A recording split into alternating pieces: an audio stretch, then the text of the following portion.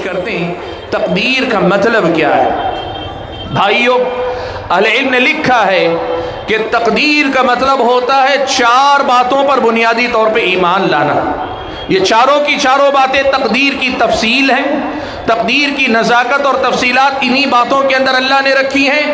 4 باتوں کو ماننا اور 4 باتوں کو اسی ترتیب سے ماننا جس ترتیب سے ان کا تذکرہ آپ کے سامنے آتا ہے۔ کیا 4 باتیں؟ علم کو مانیں، اللہ تعالیٰ کے علم کو تسلیم کریں، اللہ تبارک و تعالیٰ کی کتابت یعنی لکھایا ہے اللہ تعالیٰ نے، اس بات کو مانیں۔ اور چوتھی چیز ہے اللہ تعالیٰ کی مشیت کو مانیں، اللہ تعالیٰ کی مرضی ہے اس کو مانیں۔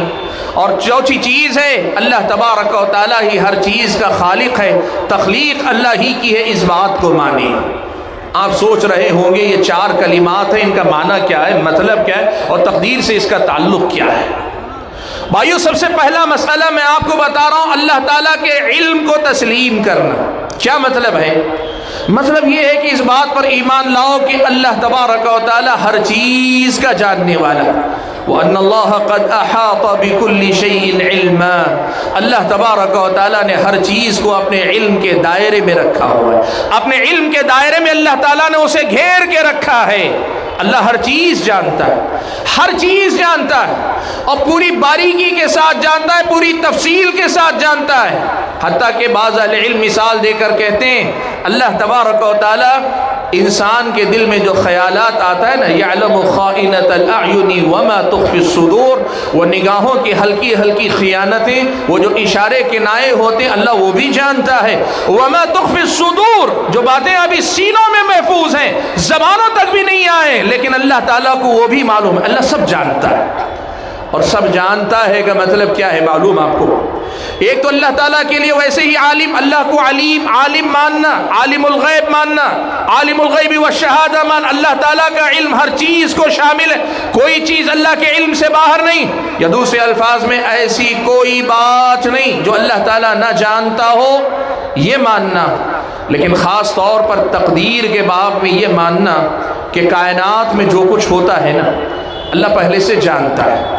انسان کو پیدا کرنے سے پہلے جانتا ہے یہ نیک ہوگا کہ برا ہوگا، انسان کو پیدا کرنے سے پہلے اللہ جانتا ہے یہ کیا کیا نیکیاں کرے گا، کیا کیا گناہ کرے گا۔ اللہ جانتا ہے پیدا کرنے سے پہلے کہ یہ دنیا میں حکمران بنے گا کہ یہ ماتحت بنے گا، رعایا بنے گا، اور اگر حکمران بنے گا تو انصاف پرور حکمران بنے گا یا ظالم بنے گا۔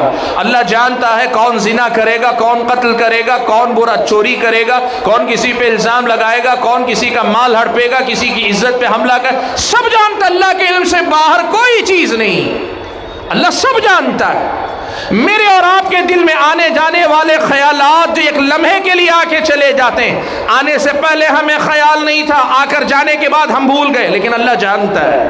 اللہ کے علم سے کوئی چیز باہر نہیں، اللہ ہر چیز کو جانتا ہے، اس بات پہ ایمان لاؤ۔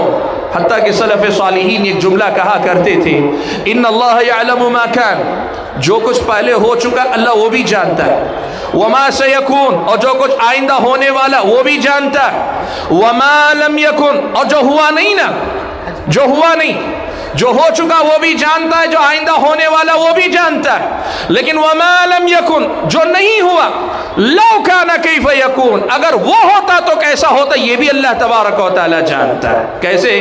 دیکھو آج میں یہاں بیٹھا ہوں، آپ یہاں بیٹھیں، اللہ پہلے سے جانتا ہے ہم یہاں بیٹھنے والے ہیں، لیکن فرض کر لیں اگر ہم آج یہاں نہ بیٹھے ہوتے تو کہاں ہوتے؟